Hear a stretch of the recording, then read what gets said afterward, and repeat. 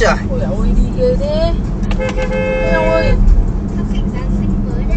Ôi như đi trong phim ấy nhở. Thôi anh ấy chỉnh sàn nó ra đi thôi. Đi giữ khoảng cách với nó đi anh ơi. Eo ơi.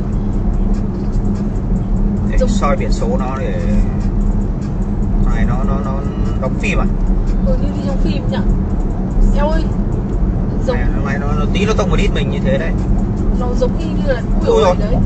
Đúng kiểu như trong phim luôn đấy nhở.